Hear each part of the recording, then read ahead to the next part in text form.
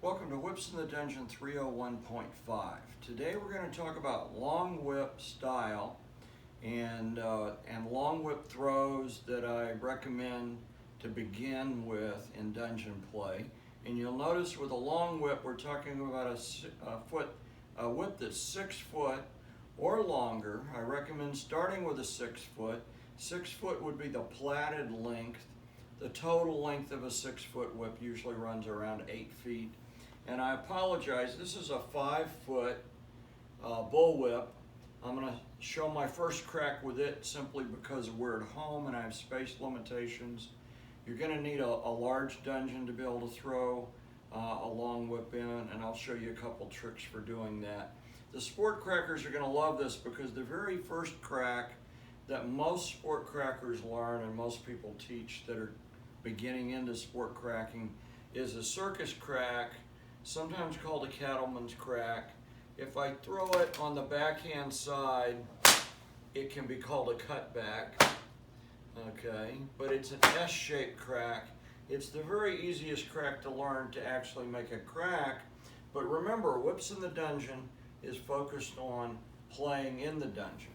So oftentimes the easiest crack to learn to crack is not going to be the best crack to start with in dungeon play. I'm going to recommend we start with the U-shaped crack, which is a simple overhand crack. When we're throwing with a long whip, we need to have the whip grounded.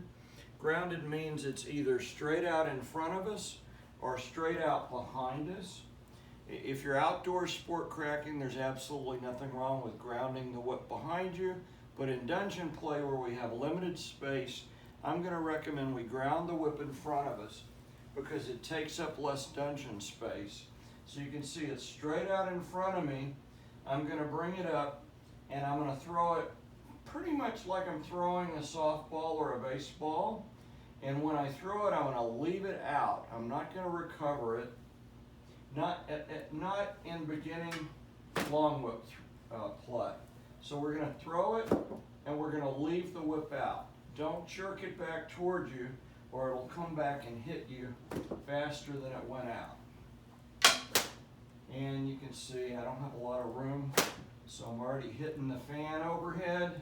I'm dinging off the coffee table, but you get the idea.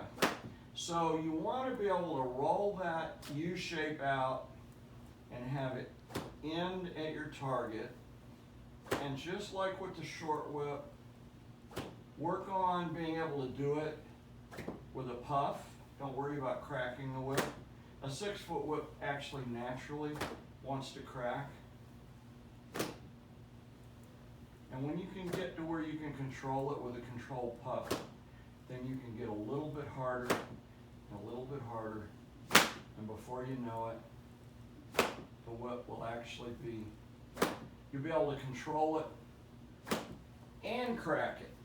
So that's my recommendation for long whip play in the dungeon. Ground the whip in front of you, throw an overhand crack, let it puff, let it fall, reground itself, recover, and repeat.